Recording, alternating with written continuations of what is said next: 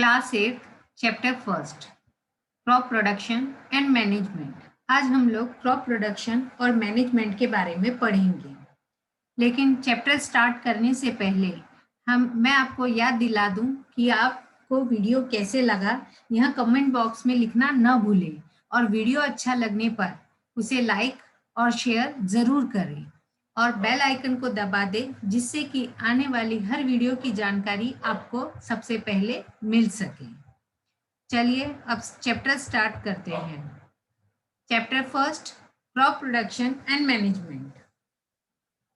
Pahili and Bujo went to their uncle's house during the summer vacation. Their uncle is a farmer. One day they saw some tools like खुरपी, sickle, shovel, plug, etc. in the field. अब पहली और भुजो uncle के खेत में गए, वहां पे उनको बहुत सारे टूल्स पड़े हुए नजर आए जिनके सब नाम अलग अलग थे। You have learn that all living organisms required food. अब आपको तो पता ही है कि हम पहले से पढ़ते आ रहे हैं कि सारे लिविंग ऑर्गेनिजम्स को फूड की जरूरत होती है। Plant make their own food theirself. Can you recall how green plant synthesize their own food? Animal including human can not make their own food, so where do animals get their food from? अभी plant अपना खाना खुद बनाते हैं, ये तो हमें पता है, लेकिन एनिमल्स और ह्यूमन बींग्स जो अपना खाना खुद नहीं बनाते, तो उन्हें यह खाना कहाँ से मिलता है? तो हम लोग बचपन से ही पढ़ते आ रहे हैं और लास्ट ईयर भी आपने पढ़ा है कि प्लांट और ह्यूमन बींग्स डायरेक्टली और इनडायरेक्टली प्लांट पे डिपेंड करते हैं उनके खाने के लिए या फिर उनके फूड के लिए। You have already know that energy from the food is utilized by the organism for carrying out their various body functions such as digestion, respiration and excretion. We get our food from plant or animals or both. अब living organisms को energy की जरूरत क्यों पड़ती है? अब जब वो फूड खाता है लिविंग ऑर्गेनिज्म, तो उससे अपनी एनर्जी जनरेट होती है।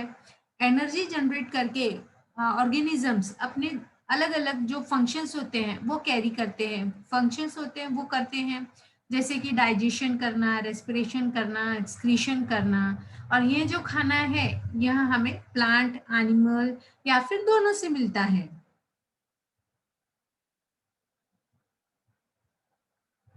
In order to provide food for a large population, regular production, proper management and distribution is necessary.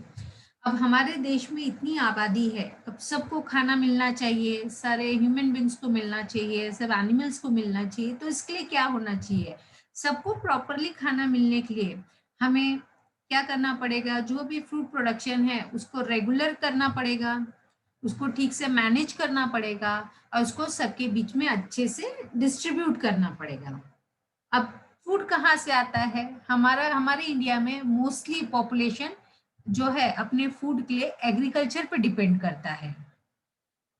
तो अभी हम लोग एग्रीकल्चर प्रैक्टिसेस के बारे में पढ़ेंगे। When plant of all the same kind are cultivated at one place on a large scale, it is called a crop. अभी crop किसे कहते हैं? क्रॉप यानी फसल। अब फसल का मतलब क्या होता है? जब एक बहुत बड़े लैंड पे, बहुत बड़े एरिया में अगर हम लोग एक ही टाइप के प्लांट जो उगाते हैं, एक ही टाइप के प्लांट को कल्टीवेट करते हैं, उस प्लांट को हम लोग क्या कहते हैं? क्रॉप्स बोलते हैं।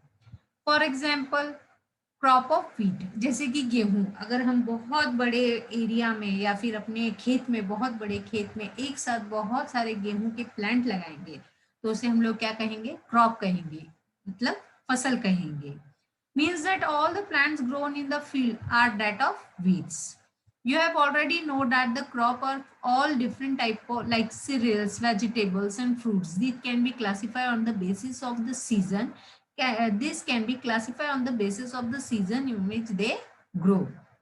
अब हर एक सीजन में एक ही टाइप की फसल नहीं उगाई जाती, तो फसल बहुत सारे टाइप की होती है, सीरियल्स की होती है, वेजिटेबल्स की होती है, फ्रूट्स के बगीचे होते हैं। तो ये सब सीजन्स पे डिपेंड करते हैं कि हम लोग कौन से सीजन में किस टाइप की फसल उगाएंगे या किस टाइप का क्रॉप प्रोड्यूस करेंगे। In India is a vast country. The climatic condition like temperature, humidity and rainfall vary from one region to another. अब इंडिया में हर जगह का क्लाइमेट अलग अलग होता है। Accordingly there is a rich variety of crop is grown in different parts of the country. इसीलिए हर जगह का क्लाइमेट अलग अलग होने के कारण मतलब जो इंडिया के हर एक कंट्री में या फिर हर एक पार्ट में अलग अलग टाइप की फसल उगाई जाती है। Despite the diversity two broad cropping patterns can be identified. These are, अब इस डाइवर्सिटी, ये विभिन्न, इस विभिन्नता के कारण क्रॉप को दो पैटर्न्स में डिवाइड किया गया है। अब वो दो पैटर्न्स है खरीफ क्रॉप और रबी क्रॉप। अब खरीफ क्रॉप क्या है? The crop which are sown in rainy season are called kharif crop. अब जो क्रॉप्स रेनी सीजन में उगाए जाते हैं उसे हम क्या कहते हैं? Kharif crop. The rainy season in India is generally from June to September. Paddy, maize, soybean, groundnut and cotton are kharif crop. अभी जो रेनी सीजन में उगाए जाते हैं उस क्रॉप को, उस फसल को हम लोग खरीफ क्रॉप कहते हैं। और हमारे इंडिया में जो रेनी सीजन है वो जून से सितंबर तक का होता है, और इस बीच में जो खरीफ क्रॉप है उसमें हम लोग paddy, maize, soybean, groundnut and cotton इस तरह की खेती कर सकते हैं। सेकेंड है rabi crop. The crop grown in the winter season October to March are called rabi crops. Example of rabi crop are wheat, gram, pea, mustard are and linseed. अब इसमें क्या बताया गया है कि एक रेनी सीजन में उगाया जाता है उसको खरीफ क्रॉप कहते हैं, दूसरा विंटर सीजन में उगाया जाता है उसे रबी क्रॉप कहते हैं। रबी क्रॉप जो है वो विंटर सीजन में उगाया जाता है। इंडिया में विंटर सीजन अक्टूबर टू मार्च के बीच में रहता है, और इसमें जो रबी क्रॉप है इसमें wheat, gram, peas, mustard and linseed इस तरह की क्रॉप्स जो है वो इन्वॉल्व होते हैं। Beside this pulses and vegetables are grown during summer at many places. और कुछ जगह पे क्या होता है, पल्सेस और वेजिटेबल्स जो है वो समर सीजन में उगाए जाते हैं जहां पर कि पानी की फैसिलिटी होती है। Basic proper practice of crop production. अब जो बेसिक प्रैक्टिस है क्रॉप प्रोडक्शन की, अब जब हम क्रॉप उगा रहे हैं तो वो भी हमने देखा कि सीजन्स के अकॉर्डिंग वो दो टाइप के होते हैं, रबी एंड खरीफ। लेकिन क्रॉप उगाने से पहले भी हमें बहुत सारी तैयारियां करनी पड़ती है। अब वह तैयारियां क्या है वो हम लोग आगे पढ़ने वाले हैं। Cultivation of crop involves several activities undertaken by farmers over a period of time. You may find that these activities are similar to those carried out by a gardener or even by you when you grown ornamental plants in your house. These activities or tasks are referred to as agriculture practices which are listed below. अब हमने देखा है कि जो खेती है ऐसा नहीं होता कि हम लोग डायरेक्टली प्लांट जो है खेत में बीज बो देंगे और प्लांट उग जाएगा। हमें जब फसल उगानी होती है उससे पहले भी हमें उसकी बहुत सारी तैयारियां करनी होती हैं। कुछ एग्जांपल्स हम तब भी देख सकते हैं कि जब हम लोग हमारे घर में कुछ गार्डन में प्लांट्स वगैरह लगाते हैं, पौधे लगाते हैं, तो उससे पहले हम क्या तैयारियां करते हैं, उसी तरह से खेती करने से पहले भी हमें बहुत सारी तैयारियां करनी पड़ती है जिसे हम लोग कहते हैं एग्रीकल्चर प्रैक्टिसेस। अब वह किस तरीके से होती है वह हम लोग इस लिस्ट में देखेंगे। सबसे पहले है preparation of soil, then sowing, adding manure and fertiliser, irrigation, production of weeds, harvesting, storage. Preparation of soil. अब फर्स्ट स्टेप है preparation of soil. Preparation of soil में क्या क्या होता है? The preparation of soil is the first step before growing a crop. One of the most important task in agriculture is to turn the soil and loosen it. अब सबसे important चीज क्या है खेती में कि सबसे पहले हमको क्या करना पड़ता है, सॉइल को लूज करना पड़ता है। जब हम उसमें हल चलाते हैं तो मट्टी जो है वो क्या हो जाती है, लूज हो जाती है। This allows the root to penetrate deep into the soil. The loosened soil allows the root to breathe easily even when they go deep into the soil. Why does the loosen of soil allows the root to breathe easily?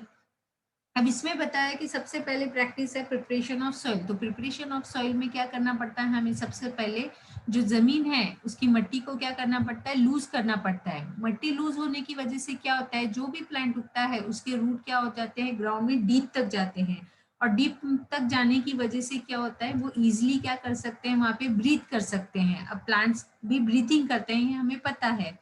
तो root से भी क्या होता है, वो easily breathe कर सकते हैं।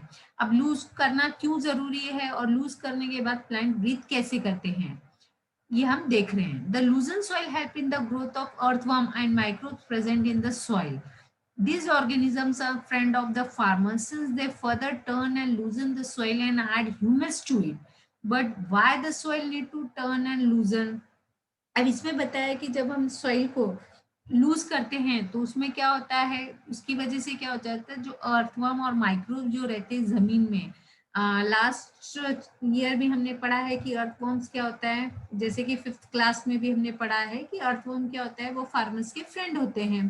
तो मट्टी लूज करने की वजह से क्या होता है, जो मट्टी में अर्थवर्म माइक्रोब जो होते हैं वो इजीली क्या हो जाते हैं, उसमें मतलब पैदा होना शुरू हो जाते हैं, डेवलप होना शुरू हो जाते हैं, इंक्रीज होना शुरू हो जाते हैं, और वो ऑर्गेनिजम्स क्या करते हैं, सॉइल में ह्यूमस जो है वो मिक्स करते हैं अच्छे से, और ह्यूमस मिक्स करने की वजह से क्या होता है, प्लांट की ग्रोथ अच्छे से होती है।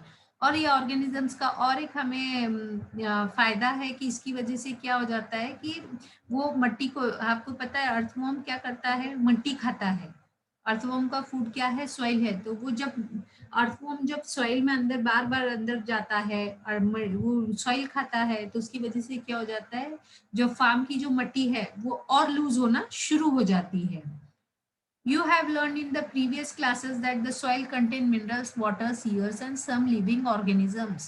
अब सॉइल में क्या है, मिनरल्स है, वाटर है, एयर है, और कुछ ऑर्गेनिजम्स भी हैं जो सॉइल में क्या हो जाते हैं, पैदा होते हैं या फिर वहां रहते हैं। In addition dead plant and animals get decompose by soil organisms. अब ये तो हमने 6th क्लास में भी पढ़ा है, 7th में भी पढ़ा है कि जो लिविंग ऑर्गेनिज्म रहते हैं, जो डेड प्लांट और एनिमल्स रहते हैं, उनको डिकम्पोज करते हैं और सॉइल के अंदर क्या करते हैं, उनके न्यूट्रिएंट्स मिक्स कर देते हैं। In this way various nutrients in the dead organisms are release back into the soil. These nutrients are again absorb by the plants, और वो न्यूट्रिएंट्स क्या हो जाता है, प्लांट एब्जॉर्ब करते हैं। Since only a few centimeter of the top layer of the soil support the plant growth. इस हमें पता है कि जो जमीन से कुछ ही सेंटीमीटर की दूरी पे जो मट्टी है वो प्लांट के ग्रोथ को क्या करती है, हेल्प करती है। Turning and loosing of the soil brings the nutrient rich soil to the top so that the plant can be use nutrient. अब जब हम सॉइल को यूज करते हैं तो अंदर की जो मिनरल्स भरी जो यूजफुल सॉइल रहती है, या फिर जो भी मिनरल्स रहते हैं सॉइल में मिक्स रहते हैं, वो सब क्या हो जाते हैं, जो जमीन के है वो टॉप लेयर पे आ जाते हैं, जिसकी वजह से प्लांट्स को क्या हो जाता है, ज्यादा न्यूट्रिएंट्स मिलता है और उनकी ग्रोथ अच्छी होती है। Thus turning and losing soil is very important for cultivation of soil. इसलिए हमें सॉइल को टर्निंग और लूज करना जरूरी है। The process of losing and turning of the soil is called tilling और plugging, और इस प्रोसेस को टिलिंग और प्लगिंग कहा जाता है। जो कि पहले जो लोग थे वो हल से करते थे, और अभी जो है मॉडर्न मेथड चल रहा है एग्रीकल्चर का, उसमें सब लोग क्या करते हैं, ट्रैक्टर का यूज करके प्लगिंग और टिलिंग करते हैं।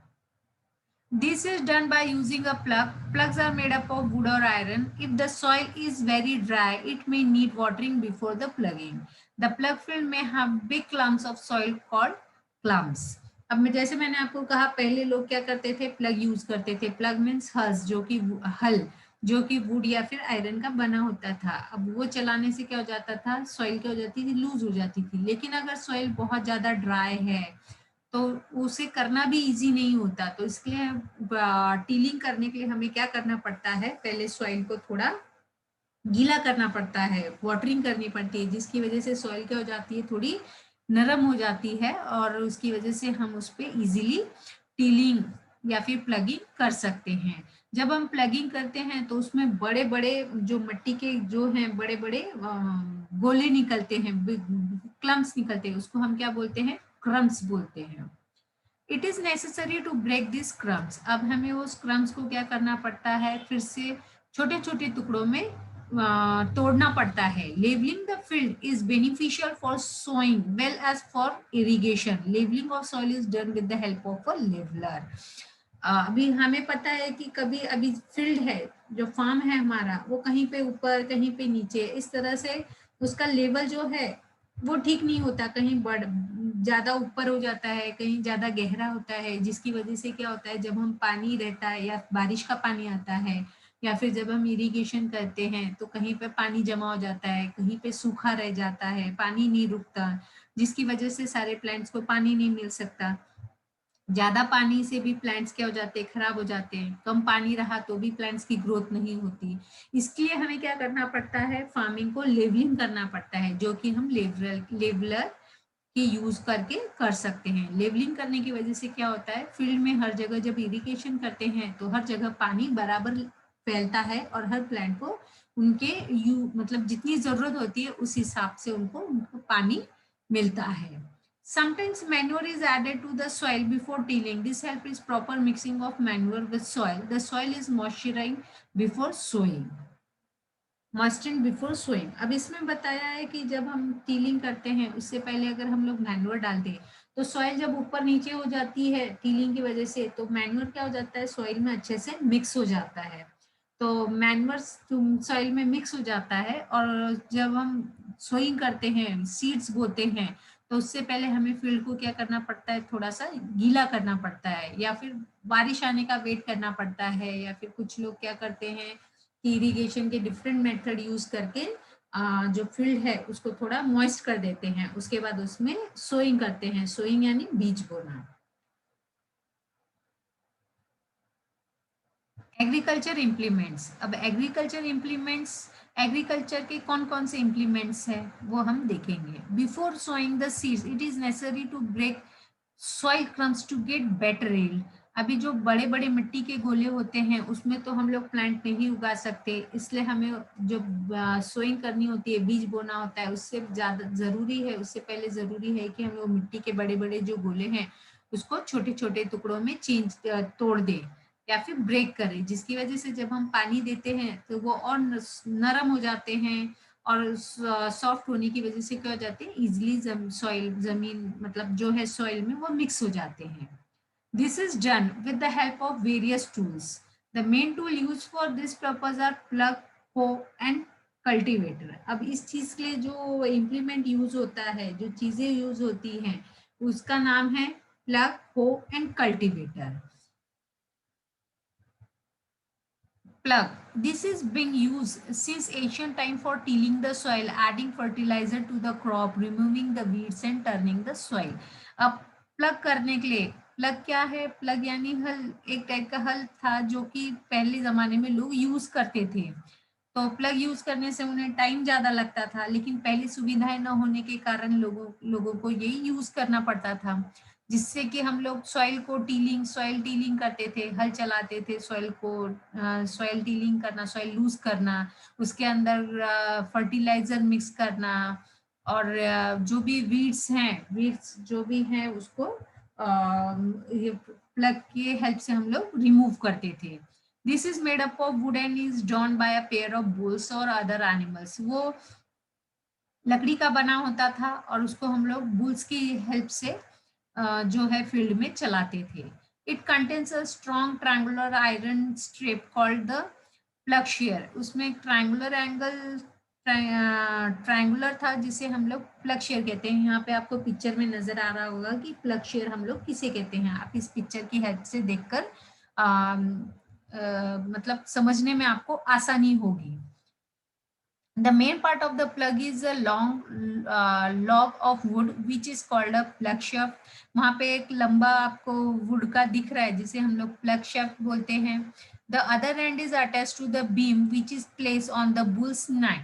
अब जो आगे का जो आपको पार्ट नजर आ रहा है थोड़ा सा टेढ़ा है, उसको हम लोग बुल के नेक पर रखते हैं, जिसकी हेल्प से बुल से अटैच करते हैं और बुल उसको खींचते हुए चलाता है। Shape. The outer end is attached to the beam which is placed on the bull's neck. One pair of the bulls and a man can easily operate the plug. अब एक बुल और एक आदमी इसे आसानी से क्या कर सकता था, हैंडल कर सकता था। The indigenous wood plug is increasingly being replaced by iron plug nowadays. पहले लोग लकड़ियों के यूज करते थे और अभी सब लोग क्या करते हैं, आयरन का यूज करते हैं, क्योंकि लकड़ियों का जल्दी खराब हो जाता है, टूट जाता है, बारिश में खराब होता है, तो उसकी वजह से क्या करते हैं आजकल लोग, आयरन का यूज करते हैं। हो हो it is a simple tool which is use for removing the weeds and for losing the soil. अब हो क्या है, हो उसकी हेल्प से हम लोग क्या कर सकते हैं, फील्ड में के वीड्स रिमूव कर सकते हैं और जो है सॉइल को इजीली लूज कर सकते हैं। It has a long rod of wood और iron, a strong broad and bent plate of iron is fixed to one of its end works like a blade, it is pulled by animals. अब यहाँ पर आपको हो का एक picture नजर आ रहा है, पीछे की आपको ब्लेड नजर आ रही है जिसको कि हम लोग जिससे कि हम लोग क्या करते थे, फील्ड का वेट्स रिमूव कर सकते हैं और इसको भी क्या होता है, एनिमल्स की हेल्प से ही चलाया जाता है। Sorry. Cultivator, nowadays plugging is done by tractor driven cultivator। अब आजकल क्या होता है, पहले लोग ये सब यूज करते थे, इसके लिए लेबर एनिमल होना जरूरी था, टाइम ज्यादा लगता था, लेकिन nowadays we use tractor for all these things। the use of cultivator save labor and time, जिसकी वजह से हमें लेबर और टाइम दोनों ही बचता है। सोइंग, सोइंग यानी बुआई। Sowing is an important part of crop production. Before sowing, good quality, clean and healthy seeds of a food variety are selected. Farmers prefer to use a seed which give yield। अब sowing मतलब बुआई। अब बुआई करने से पहले भी एक मेन चीज रहता है कि फार्मर को अच्छी क्वालिटी का सीड कौन सा है, अच्छी क्वालिटी का सीड लेके आना, उसको साफ रख, उसमें कुछ गंदगी है तो उसे साफ करना और अच्छी अच्छी सॉरी और अच्छी अच्छी वेराइटी के सीड चूज करके उसे सिलेक्ट करना। और ये सब चीजें क्या करना पड़ता है, फार्मर को सोइंग से पहले करनी पड़ती है। अब सिलेक्शन ऑफ सीड्स, अब फार्मर सिलेक्ट तो करेगा लेकिन सिलेक्शन कैसे किया जाए सीड्स का। There some seeds which float on water, would those be lighter or heavier than those which sink? Why would they be lighter? Damaged seeds become hollow and are thus lighter, therefore they float on water। अब अगर हम लोग seeds को, अब हम घर में भी देखते हैं, जैसे हम लोग मटकी चना वगैरह जब भिगाते हैं तो ये सीड्स ही हैं। अगर हम लोग पानी में डालते हैं सीड्स तो क्या होता है, कुछ सीड्स ऊपर आ जाती है और कुछ क्या हो जाता है, पानी में नीचे रह जाता है। तो जो पानी में तैरती हैं वो सीड्स क्यों तैरती हैं, क्योंकि वो क्या होते हैं, खराब हो जाती हैं, जिसकी वजह से वो अंदर से हॉलो होती है, खाली होती है और लाइटर होती है। इस वजह से वो पानी में फ्लोट करने लगती हैं और जो अच्छी सी गुड क्वालिटी की सीड्स रहती है वो नीचे पानी की सतह में बैठ जाती है। This is a good method for separating good healthy seeds from the damage ones. इस तरह से हम लोग क्या कर सकते हैं, डैमेज सीड और हेल्थी सीड्स को सेपरेट कर सकते हैं। Before sowing, one of the important task is to know about the tools use for sowing seeds. अब सोइंग सीड्स को सोव करने के लिए कौन से टूल्स यूज किया जाता है, ट्रेडिशनल टूल्स। हम लोग जो पहले एशियन टाइम में यूज करते थे उसे ट्रेडिशनल टूल्स बोलते हैं। अब वो टूल कौन सा है, the tool used traditionally for sowing seeds is shaped like a funnel. The seeds are filled into the funnel, passed down through 2 or 3 pipes having the sharp ends। अब यहाँ पे आपको पिक्चर में नजर आ रहा है कि ट्रेडिशनल जो है सोइंग के लिए जो यूज किया जाता है इम्प्लीमेंट, वो किस तरह से था। वहां पे फनल लगा हुआ है, नीचे 2 और 3 पाइप रहते थे, वो सीड्स ऊपर से फनल में से डालते थे और जैसे जैसे एनिमल्स उसको आगे आगे बढ़ाते थे उस तरह से क्या होता था, सीड्स फील्ड में सो हो जाता था, यानी बुआई होती थी, सीड्स को फील्ड में डाला जाता था। These ends presses into the soil and place seeds there। इस तरह से सीड्स को हम लोग बोते थे। Seed drill, nowadays seed drill is use for sowing with the help of tractor, लेकिन उसके लिए टाइम और लेबर ज्यादा लगता था और आजकल हम लोग क्या करते हैं, ट्रैक्टर से सोइंग करते हैं। The for sowing with the help of tractor, this shows the seeds uniformly at equal distance and depth। और इसका फायदा ये है कि जो जब हम ट्रैक्टर से सीड्स को डालते हैं तो वो इक्वल डिस्टेंस पे गिरता है और बहुत मतलब सॉइल में डीप में जाता है। It ensures that the seed get covered by the soil after sowing, और सीड्स क्या हो जाते हैं, अच्छी तरह से मिट्टी से कवर कर दिए जाते हैं। This protect seeds from being eaten by the birds sowing by until a seed drill saves time and labour, जिसकी वजह से क्या होता है, बर्ड्स वो सीड्स खा नहीं पाते, हमारे सीड सेव रहते हैं और टाइम और लेबर भी बचता है। Appropriate distance between the seeds is necessary to avoid overcrowding of plant. This allow plant sufficient sunlight, nutrient and water from the soil. At time, a few plants may have been removed to prevent overcrowding. अभी हमने पहले lesson में भी, पहली classes में भी पढ़ा है कि सीड्स जो प्लांट को है ग्रोथ होने के लिए प्रॉपर फूड चाहिए, प्रॉपर वाटर चाहिए, प्रॉपर सनलाइट चाहिए. अगर बहुत सारे प्लांट्स एक ही जगह पे अगर हम लोग एक साथ डाल देते हैं या फिर उगाते हैं तो हर एक प्लांट अच्छे से ग्रोथ नहीं होता है, उनके बीच में कंपटीशन होता है. तो इसी तरह से क्या होता है, जब हम ट्रैक्टर से सीड्स बोते हैं तो उसकी वजह से क्या हो जाता है, वो इक्वल डिस्टेंस पे गिरते हैं. इक्वल डिस्टेंस होने की वजह से क्या होता है, हर एक प्लांट को सफिशिएंट सनलाइट, न्यूट्रिएंट और वाटर मिलता है. और अगर बाय चांस सीड्स प्लांट्स उगने के बाद अगर वहां पे कुछ कहीं पर ओवर क्राउडिंग हो रही है तो हम एक दो प्लांट्स उसमें से रिमूव कर देते हैं, जिसकी वजह से प्लांट्स को सफिशिएंट न्यूट्रिएंट, सनलाइट और वाटर मिल सके और वो अच्छे से ग्रोथ हो सके. Adding manure and fertiliser. अभी प्लांट ग्रोथ होने के लिए प्लांट को सारा न्यूट्रिएंट जो है वो सॉइल में से नहीं मिल पाता है, इसलिए हमें क्या करना पड़ता है, उसमें मैन्योर और फर्टिलाइजर मिक्स करना पड़ता है. The substance which are adding to the soil in the form of nutrient for the healthy growth of plant are called manure and fertilizer. Plant के हेल्दी ग्रोथ के लिए हम लोग कुछ न्यूट्रिएंट जो उनको जरूरी है वो हम लोग क्या करते हैं, जमीन में सॉइल में मिक्स करते हैं, उसे हम लोग मैन्यूअर या फिर फर्टिलाइजर कहते हैं. Soil supplies the mineral nutrients to the crop plant. The nutrients are essential for the growth of plant. In the certain areas, farmers grow crop after crop in the same field. The field is never left cultivated or fallow. Imagine what happened to the nutrients. Continuous cultivation of crops make the soil poor in nutrients.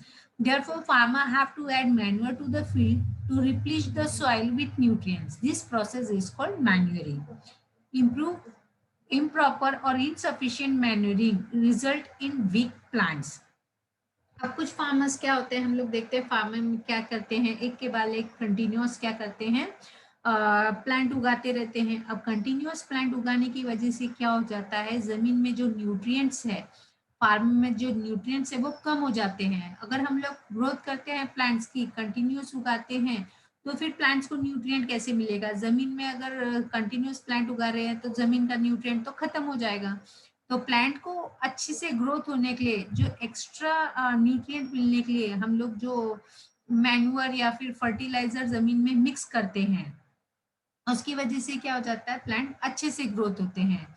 तो plant अच्छे से, तो farmer क्या करते हैं, plant अच्छे से, plant को पूरी तरह से न्यूट्रिएंट मिल सके इसलिए क्या करते हैं, जमीन को न्यूट्रिएंट से रिप्लेस करना जरूरी होता है, इसलिए वो क्या करते हैं, वहां पे मैन्यूअर मिक्स करते हैं. और जब जिस प्रोसेस को हम क्या कहते हैं, मैन्यूरिंग कहते हैं. Continuous cultivation of crop makes the soil poor in nutrients. Therefore, farm have to add manure to fill to replenish the soil with nutrients. This process is called manuring. जमीन को दोबारा न्यूट्रिएंट से replace करने के लिए या फिर fulfil करने के लिए मैन्योर जब हम जमीन में मिक्स करते हैं, उस प्रोसेस को हम लोग मैन्योरिंग कहते हैं. अब मैन्योरिंग करना भी बहुत प्रॉपरली करना भी बहुत जरूरी है. अगर हम लोग इनसफिशिएंट, कम ज्यादा करते हैं, बहुत ज्यादा करते हैं या फिर बहुत कम करते हैं, उसकी वजह से भी क्या हो जाता है, प्लांट वीक हो सकते हैं. Manure is an organic substance obtained from the decomposition of plant or animal waste. अब मैन्योर क्या है, एक ऑर्गेनिक सब्सटेंस है जो कि हम लोग क्या करते हैं, प्लांट और एनिमल वेस्ट के डिकम्पोजिशन से बनाते हैं. अब हम देखते हैं प्लांट का, एनिमल्स का गोबर वगैरह, जो वेस्ट, एनिमल वेस्ट रहता है, गोबर, वो हम लोग जमा करके रखते हैं और उससे मैन्योर बनाते हैं. या फिर प्लांट्स वगैरह जो हमारे डेड प्लांट्स रहते हैं उसको भी डिकम्पोज करके हम लोग मैन्योर बना सकते हैं. जैसे कि हमने लास्ट ईयर्स में पढ़ा है वर्मी कंपोस्ट, तो उससे भी मैन्योर बन सकता है. Farms dump plant and animals waste in the pit at open place and allow it to decompose. The decomposition is caused by some microorganisms. The decomposed matter is used as an organic manure. You have already learned about the vermicomposting in class 6. अब जो भी plant waste है या फिर animal waste है, उसको हम लोग क्या करते हैं, एक बड़ा सा पिट या गड्ढा खोदते हैं, उसके अंदर डाल देते हैं एक ओपन प्लेस में, और थोड़े दिन उसमें कुछ माइक्रो ऑर्गेनिज्म छोड़ के उसको डिकम्पोज होने देते हैं, और जब वो डिकम्पोज होने के बाद क्या होता है, हमें मैन्योर मिलता है, जो कि हम लोग फील्ड में यूज करते हैं।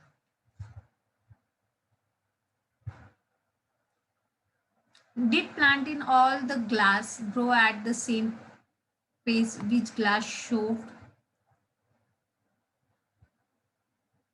better growth of plant? In which glass was the growth fastest? अब ये इस क्वेश्चन ये एक्टिविटी से रिलेटेड है, जिसे कि पढ़ के आपको इस क्वेश्चन के आंसर मिल जाएंगे। Fertilizers are chemicals which are rich in a particular nutrients. How are they different from manure? अब फर्टिलाइजर और मैन्युअर, इन दोनों में डिफरेंस क्या है? Fertilisers are produce in factories. अब हमने देखा कि मैन्युअर एनिमल वेस्ट से और प्लांट वेस्ट से बनता है, जो कि हम लोग प्रोड्यूस करते हैं एक बड़े से गड्ढे में, वो डाल देते हैं और थ्रू ऑर्गेनिज्म उसको डिकम्पोज करके हम लोग मैन्युअर बनाते हैं। लेकिन फर्टिलाइजर फैक्ट्रीज में तैयार होते हैं, produce in factories. Some example of fertilisers are urea, ammonia, sulphate, sulphur phosphate, potash and PK, nitrogen, phosphorus, potassium. The use of fertilizers has helped farmer to get better yield of crops such as wheat, paddy and maize. अब ये fertilizers जो हैं, हम लोग wheat, paddy, मेज इस तरह के क्रॉप्स में यूज कर सकते हैं, but excessive use of fertilisers has made the soil less fertile. लेकिन अगर हम लोग ज्यादा फर्टिलाइजर्स भी यूज करेंगे तो उससे क्या होता है, सॉइल को नुकसान पहुंचता है। Fertilisers have also become a source of water pollution. Fertilisers की वजह से और क्या नुकसान हो सकता है? अगर हम लोग ज्यादा यूज कर रहे हैं तो सॉइल लेस फर्टाइल हो जाता है, सॉइल को नुकसान पहुंचता है। दूसरा, वाटर पोल्यूशन होता है, रेन के साथ जब फर्टिलाइजर फील्ड में से बह के निकलता है, पानी में मिक्स हो जाता है, तो इसकी वजह से क्या हो जाता है, वाटर पोल्यूशन होता है। Therefore, in order to maintain the fertility of the soil, we have to substitute fertilizers with organic matter or leave the field uncultivated in between two crops. अभी क्या बताया गया है? But excessive use of fertilizer have made the soil unfertile. Fertile have also become a source of water pollution. In order to maintain the fertility of the soil, we have to substitute fertilizers with organic matter. अब fertiliser use करने से हमें नुकसान है, तो हम लोग fertiliser की जगह पे मैन्युअर भी यूज कर सकते हैं। और दूसरा एक तरीका है कि हम लोग जब एक फसल कर देते हैं तो दूसरी फसल और के बीच में क्या होना चाहिए, थोड़ा सा गैप रहना चाहिए, मतलब बीच में हमें क्या करना चाहिए, वो फील्ड को खाली छोड़ देना चाहिए, वहां पर कुछ किसी भी टाइप का कोई प्लांट नहीं उगाना चाहिए। इस बीच में क्या हो जाता है ड्यूरेशन में, कि प्लांट क्या, जो सॉइल में जो न्यूट्रिएंट्स है वो दोबारा रिप्लीश हो जाते हैं, जिसकी वजह से जब हम गैप देने के बाद खेती करते हैं तो दोबारा प्लांट्स को सफिशिएंट न्यूट्रिएंट मिल सकता है। The use of manure improves soil texture as well as its water retaining capacity. अब मैन्यूअर के यूज से क्या हमें मतलब फायदा है, कि the use of manure improve the soil texture बढ़ता है, वाटर रिटेनिंग कैपेसिटी बढ़ती है, it replace the soil with nutrients, और न्यूट्रिएंट्स भी क्या हो जाते हैं उसमें दोबारा बढ़ जाते हैं। Another method of replenishing the soil with nutrient is through crop rotation. This can be done by growing different crop alternately. और एक तरीका है सॉइल को रिप्लिश करने का, कि हम अलग अलग टाइप के, जब हम जो क्रॉप रोटेशन, मतलब हम लोग हर एक के बाद दूसरा क्रॉप अलग अलग टाइप के उगाए। Earlier farmers in northern India used to grow leguminous aspholder in one season and wheat in the next season. जब पहले जो फार्मर्स थे नॉर्दर्न इंडिया में, वो क्या करते थे, एक सीजन में वीट उगाते थे और एक सीजन में लेग्यूमिनस प्लांट उगाते थे। This help in the replacement of the soil with nitrogen, जिसकी वजह से क्या हो जाता था, अलग अलग प्लांट उगाने की वजह से सॉइल को सॉइल में क्या हो जाता था, नाइट्रोजन रिप्लीश हो जाता था, दोबारा जनरेट हो जाता था। Farmers are being encourage to adopt this practice. इस तरह से हम लोग फार्मर्स को इनकरेज कर सकते हैं कि वो अलग अलग न्यूट्रिएंट्स पे जो डिपेंड करते हैं प्लांट्स, वो अलग अलग टाइप के रोटेशन में उगाएं। In the previous classes, you have learned about the rhizobium bacteria. These are present in the nodules of the root of leguminous plant. They fix atmospheric nitrogen. अब हमने लास्ट ईयर पढ़ा था 6th class में कि rhizobium जो होते हैं वो लेग्यूमिनस प्लांट में रहते हैं, और वो एटमॉस्फेरिक जो नाइट्रोजन रहता है एटमॉस्फेयर का वो सॉइल में मिक्स करते हैं। अब फर्टिलाइजर और मैन्योर में क्या डिफरेंस है? Fertilizer, difference between fertilizer and manure. Fertilizer is manmade inorganic salt, fertilizer manmade है। Manure is a natural substance obtained by the decomposition of cattle dung and plant residues. अभी manure जो है वो natural substance है जो कि हम लोग एनिमल या फिर प्लांट के वेस्ट से बनाते हैं। Fertilisers is prepared in factories, fertiliser factories में बनते हैं। Manure can be prepared in the field, manure हम लोग फील्ड में बनाते हैं। Fertiliser does not provide any humus to the soil, fertiliser की वजह से सॉइल को किसी भी टाइप का ह्यूमस नहीं मिलता है। Manure provide a lot of humus to the soil, और मैन्योर से सॉइल को बहुत सारा ह्यूमस मिलता है। Fertilizers are very rich in plant nutrients like nitrogen, phosphorus and potassium. अब फर्टिलाइजर जो है नाइट्रोजन, फॉस्फोरस, पोटेशियम में रिच रहता है, और manure is relatively less rich in plant nutrition, और उसके कंपैरिजन में मैन्यूअर क्या है, लेस रिच रहता है। एडवांटेज ऑफ द मैन्यूअर, लेकिन मैन्यूअर्स के एडवांटेज क्या है? The organic manure is considered better than the fertilizer, this is because क्यों? It enrich the water holding capacity of the soil, manure use करने से soil की water capacity, water holding capacity जो है वो बढ़ जाती है। It makes the soil porous due to which exchange of gas become easy, manure use करने से सॉइल पोरस हो जाती है, पोरस यानी उसके बीच में जो छोटे छोटे छेद रहते हैं वो बढ़ जाते हैं, जिसकी वजह से गैस एक्सचेंज करना इजी हो जाता है। It increase the number of friendly microbes, manure से क्या हो जाता है, friendly microbes like earth form, वो क्या हो जाता है, जमीन में इंक्रीज हो जाते हैं। It improve the texture of the soil, और सॉइल का टेक्सचर भी क्या हो जाता है, इम्प्रूव हो जाता है। इरिगेशन, अब इरिगेशन मतलब सिंचाई, जब हम प्लांट उगाते हैं तो उसको पानी देना होता है, तो उसे उस प्रोसेस को हम क्या कहते हैं, irrigation. All living beings need water to live. Water is important for proper growth and development. Water is absorbed by the plant root. Along with the water, minerals and fertilizers are also absorbed. Plant contain nearly 90% of water. Water is essential because germination of seed does not take place under dry condition. Nutrient dissolved in water are transported to the each part of the plant. Water protects the crop from the both frost and hot air currents to maintain the moisture of the soil for healthy crop growth. Field have to be water regularly. अब पानी, पानी irrigation यानी पानी देना। अब हमें तो पता है हर एक लिविंग ऑर्गेनिज्म जो है उसको पानी की जरूरत होती है, एनिमल हो, प्लांट हो या फिर ह्यूमन बींग्स हो, कोई भी पानी के बिना नहीं रह सकता। तो प्लांट की ग्रोथ के लिए पानी बहुत जरूरी होता है। पानी के साथ हमने लास्ट बचपन से, 5th 6th क्लास से हम लोग पहले से पढ़ते आ रहे हैं कि प्लांट की जो रूट्स हैं वो जमीन सॉइल में से वाटर एब्जॉर्ब करते हैं। वाटर के साथ वो सॉइल में जितने भी न्यूट्रिएंट्स है वो वाटर के साथ एब्जॉर्ब करके वो प्लांट के डिफरेंट पार्ट्स को पहुंचाते हैं, जिसकी वजह से क्या हो जाता है, प्लांट की ग्रोथ अच्छी होती है। अगर जमीन जो है वो ड्राई रहेगी तो प्लांट की ग्रोथ नहीं होगी, सीड्स खराब हो जाएंगे।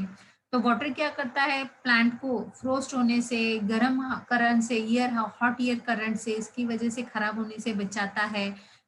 जमीन को मॉइस्ट रखता है, उसमें नमी रखता है, जिसकी वजह से क्या हो जाता है, सॉइल की अच्छी ग्रोथ होती है, सॉइल में जो क्रॉप है उनकी ग्रोथ अच्छी होती है। The supply of water to crop at regular interval is called irrigation. Time time पे जब हम प्लांट्स को पानी देते हैं उसको क्या बोलते हैं, irrigation.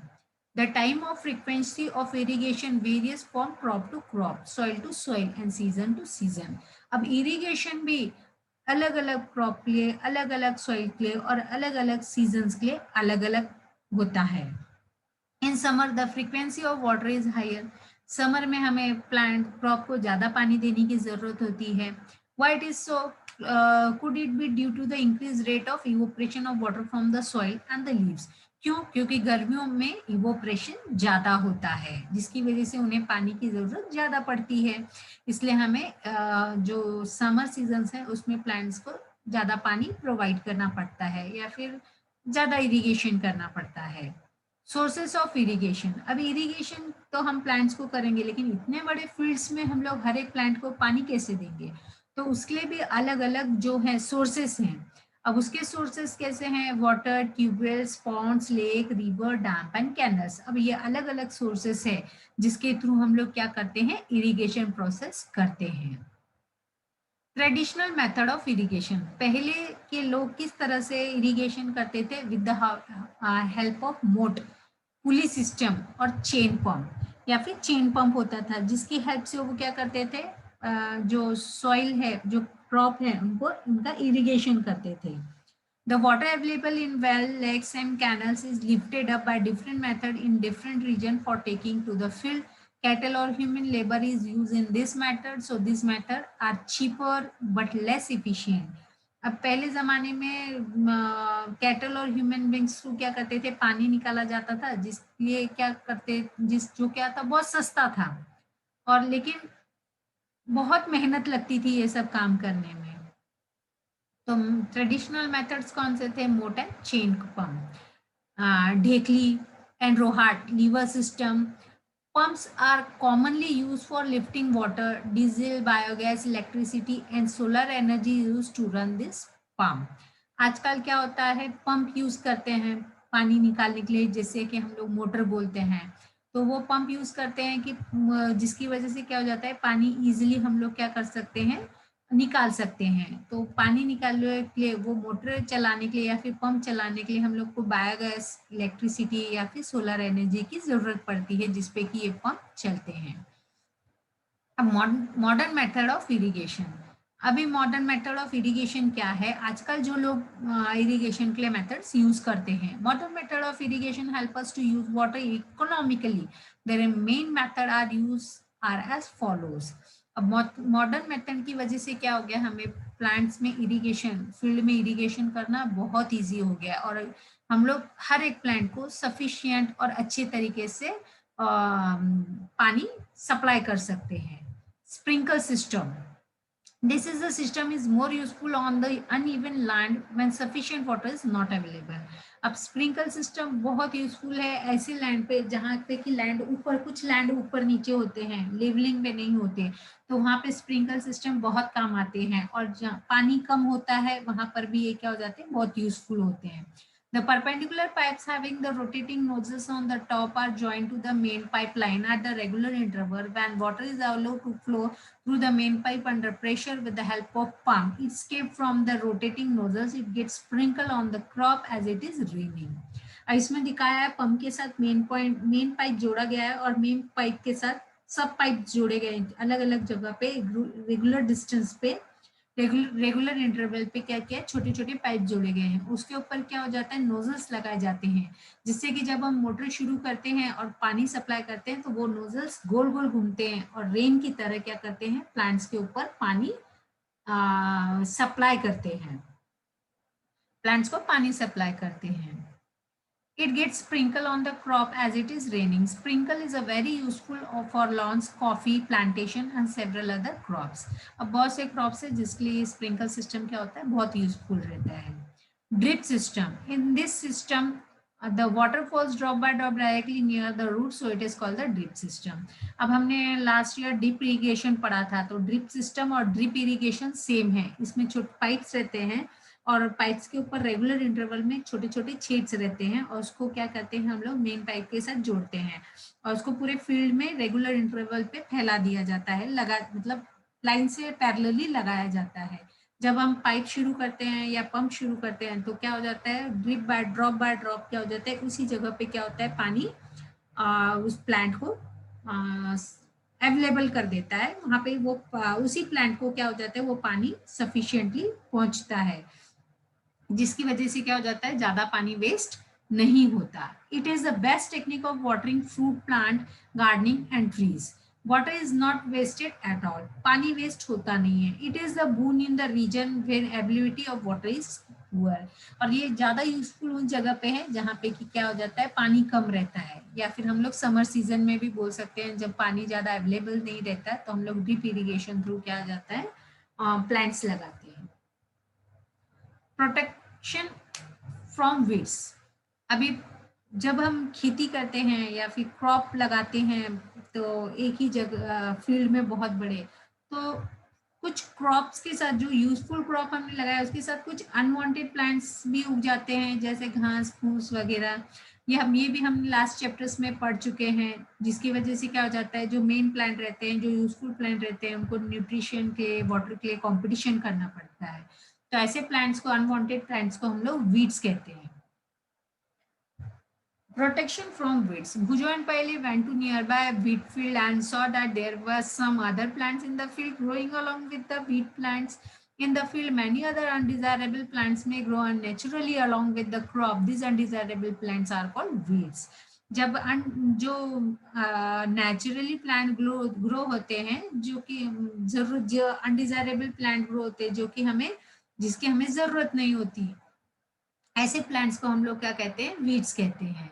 The removal of weeds is called the weeding. और इस प्लांट्स को हमें फील्ड में से रिमूव करना पड़ता है, जिसकी वजह से क्या हो जाता है कि जो क्रॉप्स रहते हैं उनको सफिशिएंट न्यूट्रिएंट्स और वाटर मिल सकता है। अगर वीड्स क्रॉप में जो वीड्स हैं वो फील्ड में वैसे ही रहेंगे तो कंपटीशन बढ़ जाएगा, क्योंकि वो भी न्यूट्रिएंट और वाटर यूज करेंगे। तो हमें इसको रिमूव करना जरूरी होता है। The removal of weeds is called weeding. तो जब हम इस वीड्स को रिमूव करते हैं तो उस प्रोसेस को वीडिंग कहा जाता है। Weeding is necessary since weeds compete with the crop plant for water, nutrients, space and light, thus they affect the growth of crop. Some weeds interfere even in harvesting and may be poisonous for plant, animals and human beings. अब मैंने आपको कहा कि weeds जो है वो nutrients के लिए, वाटर के लिए compete करते हैं, और कुछ वीड्स ऐसे होते हैं जो एनिमल्स और ह्यूमन बींग्स के लिए भी क्या हो जाते हैं, पॉइजनस होते हैं, हार्मफुल होते हैं। तो हमें इसे रिमूव करना बहुत जरूरी होता है। Farmer adopt many way to remove the weeds and control their growths. अब फार्मर्स क्या हो जाता है, बहुत सारे तरीके जिससे क्या हो जाता है वो वीड्स को कंट्रोल करते हैं। Tilling before sowing of seeds help in uprooting and killing of weeds. Sowing करने से पहले जब हम टीलिंग करते हैं तो टीलिंग की वजह से क्या हो जाता है, बहुत सारे जो वीड्स रहते हैं वो सॉइल में से निकल जाते हैं, which may then dry up and get mixed with the soil। और थोड़े दिनों में क्या हो जाता है, वो ड्राई हो जाने के बाद सॉइल में मिक्स हो जाते हैं। The best time for the removal of weeds is before they produce flower and seeds. The manual removal includes physical removal of weeds by uprooting or cutting them close to the ground from time to time. This is done with the help of Krippy. A seed drill is also used to uproot the weeds. अब seeds जो weeds रहते हैं उसको remove करने का best time होता है, इससे जबकि उनको फ्लावर आने से पहले ही हमें उसे क्या करना चाहिए, फील्ड में से जो है वो रिमूव करना चाहिए। अब वीड्स को रिमूव करने के लिए जो एक इम्प्लीमेंट यूज किया जाता है उसको हम लोग खुरपी कहते हैं, या फिर सीड ड्रिल भी यूज करके हम लोग क्या कर सकते हैं, वीड्स को रिमूव कर सकते हैं। Weeds are also control by using certain chemicals called weedicides. अब हमें इसे फिजिकली करने की जरूरत नहीं है, कुछ केमिकल्स भी मिलते हैं हमें आजकल दुकानों में, जिससे कि हम डालकर वीड्स को रिमूव कर सकते हैं। जिससे तो उस जो केमिकल्स हैं जिससे कि हम लोग वीड्स रिमूव कर सकते हैं उसे वीडिसाइड्स बोलते हैं। Weeds are also control by using the certain chemical called weedicides. उन केमिकल्स को हम लोग वीडिसाइड्स बोलते हैं, जिसकी हेल्प से हम लोग क्या करते हैं, वीड्स को कंट्रोल करते हैं। Like 2,4-D, they are sprayed in the field to kill the weeds. They do not damage the crop. अब वो केमिकल जो है वो क्या करते हैं, क्रॉप को डैमेज नहीं करते, जो वीड्स हैं, अनवांटेड प्लांट्स है, सिर्फ उसको ही हार्म पहुंचाते हैं। The weedicides are diluted with water to the extent required and spray in the field with the sprayer. अब जो वीडिसाइड है उसको पानी के साथ मिक्स किया जाता है सफिशिएंट क्वांटिटी में, और उसको क्या करते हैं, फील्ड में स्प्रे करते हैं, जिसके क्या करते हैं, वीड्स को हम लोग कंट्रोल कर सकते हैं। As already mentioned, the weedicides are sprayed during the vegetative growth of weeds before flowering and seeds formatting. Spraying of weedicides may affect the health of farm, so they should use the chemical very carefully. They should cover their nose and mouth with a piece of cloth during the spraying of these chemicals. Weedicide जो है वो crops को तो नुकसान नहीं पहुंचाते हैं, लेकिन फार्मर को नुकसान हो सकता है। तो इसलिए जब हम वीडिसाइड जब हम डालते हैं या फिर फार्म में जब हम छिड़काव करते हैं उसका, तो उस समय हमें हमारा नाक और मुंह अच्छे तरह से ढक लेना चाहिए। हार्वेस्टिंग, हार्वेस्टिंग यानी फसल काटने का time. Harvesting of the crop is an important task. The cutting of crop after it is the mature, it is called harvesting. Harvesting जब हम फसल पक जाती है तो हम उसको काटते हैं, निकालते हैं, उसे हम लोग हार्वेस्टिंग कहते हैं. In harvesting, crop are pulled out or cut close to the ground. It usually take 3 to 4 months for a cereals crop to mature. Harvesting in our country is either done manually by the sickle or by a machine called harvester. जब दो और तीन या 4 महीनों में क्या हो जाती है, हमारी फसल पक जाती है या फिर मैच्योर हो जाती है, उसके बाद हम क्या करते हैं, उस फसल को काट देते हैं. तो कटिंग के लिए जो हम लोग इम्प्लीमेंट यूज करते हैं उसको हम लोग सिकल कहते हैं. इसका पिक्चर आपको दिख रहा है. सिकल यूज करते हैं जिससे कि हम लोग क्या करते हैं, जो फसल है उसे काटते हैं. और कुछ कभी कभी हम लोग क्या करते हैं, फसल को काटने के लिए मशीन का भी यूज करते हैं, जिसके कि हम लोग उस मशीन को हार्वेस्टर कहते हैं. In the harvested crop the grain seeds need to be separated from the chaff. This process is called threshing. जब हम फसल को काटते हैं, ये हमने 6th क्लास में भी पढ़ा है कि जब हम सीड्स ग्रेन में से अलग करते हैं, उस मेथड को हम लोग थ्रेशिंग कहते हैं. This is carry out with the help of machine called combine. और जब थ्रेशिंग करते हैं उसके लिए हम लोग एक मशीन यूज करते हैं जिसे हम लोग कंबाइन मशीन कहते हैं, which is in fact harvester as well as thresher, जो कि हार्वेस्ट भी करता है और थ्रेशिंग भी करता है, इसलिए हम लोग उसको कंबाइन मशीन बोलते हैं.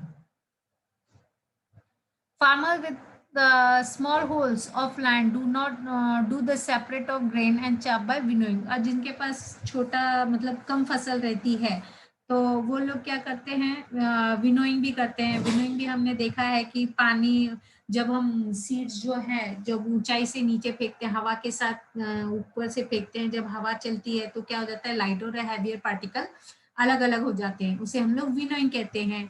You have already studied in class 6th. अब हार्वेस्टिंग से रिलेटेड फेस्टिवल, हमारे देश में बहुत सारे फेस्टिवल्स है जो हार्वेस्टिंग से रिलेटेड है, जैसे कि पोंगल, बैसाखी, होली, दिवाली, नावायना एंड बिहू. स्टोरेज, अब हमने फसल बोई, उसको काटी, अभी उसमें से सीड्स निकाले, लेकिन उसके बाद उसको स्टोर करना भी बहुत जरूरी है. स्टोरेज करना ये भी एक बहुत इंपॉर्टेंट पार्ट है फार्मिंग का. The storage of produce is an important task. If the harvest grains are to be kept for longer time, they should be safe from moisture, insects, rats and microorganisms. अभी हमें harvest grain को क्या करना पड़ता है, अच्छे से रखना पड़ता है जिससे कि हम उसे साल भर यूज कर सके. अभी they should be safe from moisture, insects. अब उनको मॉइस्चर से भी बचाना पड़ता है, इंसेक्ट से बचाना पड़ता है, रेड से बचाना पड़ता है, माइक्रो ऑर्गेनिज्म से बचाना पड़ता है. तो उसके लिए हमको बहुत सारा यूज करना पड़ता है. Harvested grains have more moisture. If freshly harvested grains are stored without drying, they may get spoiled or attacked by the organism, making them unfit for use or for germination. अगर हम लोग फसल निकालते बराबर अगर हम लोग उसको स्टोर करके रखेंगे तो हो सकता है उस पर माइक्रो ऑर्गेनिजम्स अटैक करे और वो खराब हो जाए. इसलिए हमें उसे स्टोर करने से पहले क्या करना पड़ता है, अच्छे से सूरज की रोशनी में सुखाना पड़ता है. Before storing them, the grain are properly dried in the sun to reduce the moisture in them. They prevent the attack by the insects, pests, bacteria and fungi. अगर हम लोग उसको अच्छे से सूरज की रोशनी में सुखा के ड्राई कर देंगे तो उसका मॉइस्चर खत्म हो जाएगा, जिसकी वजह से माइक्रो ऑर्गेनिजम्स का अटैक क्या हो जाता है, कम हो जाता है. Farmer store grain in jute bags और मेटालिक बिन्स. फार्मर जो है जो धान रहते हैं वो जूट बैग में रखते हैं या फिर मेटालिक बिन्स में रखते हैं. However large scale storage of grain is done in the सेलोस और granaries to protect them from the peat like rat and insect.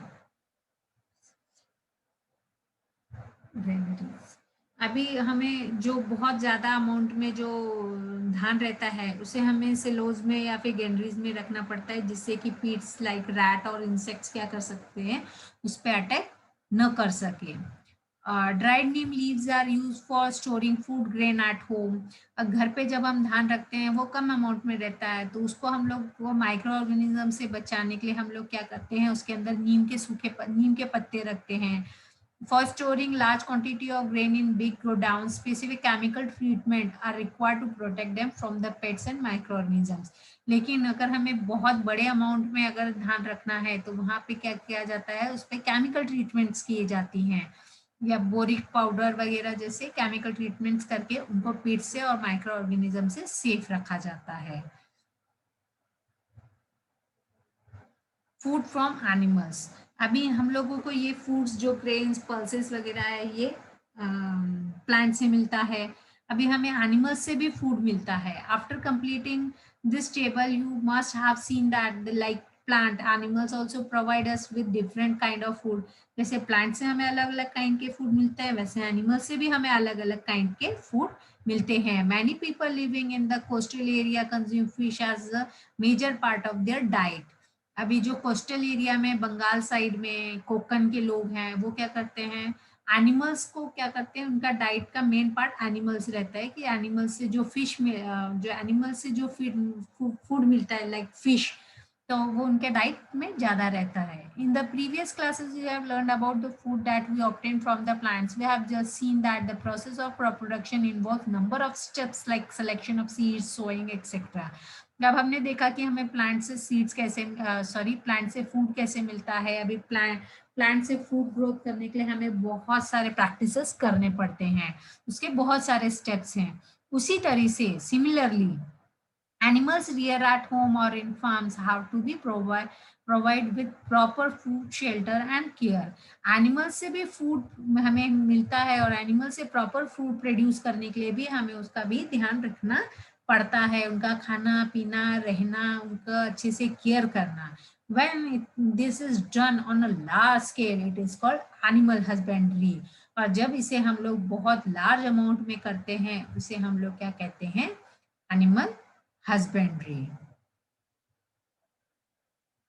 Keywords, अभी इस चैप्टर में हमने क्या पढ़ा, agriculture practices, animal husbandry, crop, fertilizer, granaries, harvesting, irrigation, kharif, manure, plough, rabi, seeds, silo, sowing, storage, threshing, weeds, weedicides और winnowing. What you have learned? Order to provide food to our growth population, we need to adopt certain agriculture practices। हमें बहुत large amount में food produce करने के लिए कुछ agriculture practices करने पड़ते हैं। Same kind of plant cultivated at a place constitute a crop. एक बड़े से फील्ड में सेम टाइप के अगर हम लोग प्लांट उगाएंगे तो उसे हम लोग क्रॉप कहते हैं। In India, crop can be broadly categorized into two types based on the season, Rabi and Kharif crops। India में प्लांट को सीजन के अकॉर्डिंग टू सीजन दो पार्ट में डिवाइड किया गया है, rabi crop and kharif crop. It is necessary to prepare soil by tilling and levelling, ploughing and labour are used for their this purpose. अब हमें खेती करने के लिए या फिर फार्मिंग करने के लिए बहुत जरूरी है कि हम सॉइल का टीलिंग करें, उसे लेवलिंग करें, प्लगिंग करें, लेवलर्स करें और उसको मतलब अच्छे से क्रॉप अगर प्रोडक्शन करना है तो ये सब चीजें उसके लिए बहुत जरूरी है। Sowing of seeds at appropriate depth and distance gives good yield। Good variety of seeds are sown after selection of healthy seeds। sowing is done by the seed drills। अभी हमें सोइंग करने के लिए पहले अच्छे हेल्दी सीड्स सेलेक्ट करने पड़ते हैं। अच्छे हेल्दी सीड्स कलेक्ट करने के बाद जब हम सोइंग करते हैं तो वो प्रॉपर डिस्टेंस पे होने चाहिए, प्रॉपर डेप्थ में होनी चाहिए, जिससे कि हमें गुड वेराइटी के सीड गुड वेराइटी के क्रॉप मिल सकें। Soil need replenishment and enrichment through the use of organic manure and fertilizers। Use of chemical fertilizers has increased tremendously with the introduction of new crop varieties। अब soil को हम लोग रिप्लिश करने के लिए manure और फर्टिलाइजर भी यूज करते हैं। और सॉइल रिप्लिश करने का और एक अच्छा तरीका है कि हम लोग मतलब रोटेशनली अलग अलग टाइप के क्रॉप्स की खेती करें या फिर फार्मिंग करें। Supply of water to crop at appropriate interval is called irrigation. Time पे प्लांट्स को या क्रॉप्स को पानी प्रोवाइड करना या सिंचाई करना उसे हम लोग इरिगेशन कहते हैं। Weeding involves removal of unwanted and uncultivated plants called weeds. जब फील्ड में अनवांटेड प्लांट्स उगते हैं उसे हम लोग वीड्स कहते हैं। Harvesting is the cutting of the mature crop manually और बाय मशीन। क्रॉप जब मैच्योर हो जाते हैं तब उसके हम लोग कटाई करते हैं, उसे काटते हैं, उसे उस प्रोसेस को हम लोग हार्वेस्टिंग कहते हैं। इसे हम लोग मैन्युअली भी कर सकते हैं और by with the help of machines भी कर सकते हैं। Separation of the grain from the chaff is called threshing. Grains को उसके चाफ से अलग करना, इस प्रोसेस को हम लोग थ्रेशिंग कहते हैं। Proper storage of grain is necessary to protect them from the pest and micro organisms. जब हमारा सीड्स या फिर फूड तैयार हो जाता है, क्रॉप तैयार हो जाता है, तो उसको प्रॉपरली स्टोर करके रखना पड़ता है जिससे कि पीस और माइक्रो ऑर्गेनिजम्स उस पर अटैक न कर सके। Food is also obtained from animals for which animal are reared, this is called the animal husbandry. जिस तरह से हम लोग एक बड़े से फील्ड में जब हम एक टाइप के प्लांट उगाते हैं उसे हम लोग क्रॉप कहते हैं, उसी तरह से जब हम एनिमल से फूड प्रोड्यूस करने के लिए बहुत बड़े पैमाने पर जब एनिमल्स पालते हैं उसे हम लोग एनिमल हस्बेंड्री कहते हैं। यहाँ पे हमारा चैप्टर खत्म होता है। हम फिर से आपको याद दिला दें कि वीडियो अगर आपको पसंद आया हो तो लाइक और शेयर करना न भूलें, बेल आइकन दबा दें जिससे कि आने वाली वीडियो की जानकारी आपको मिल सके। और आपको कुछ भी डाउट है या फिर आपको ये वीडियो पसंद आया हो तो प्लीज कमेंट बॉक्स में कमेंट करना न भूलें। Thank you from winner classes.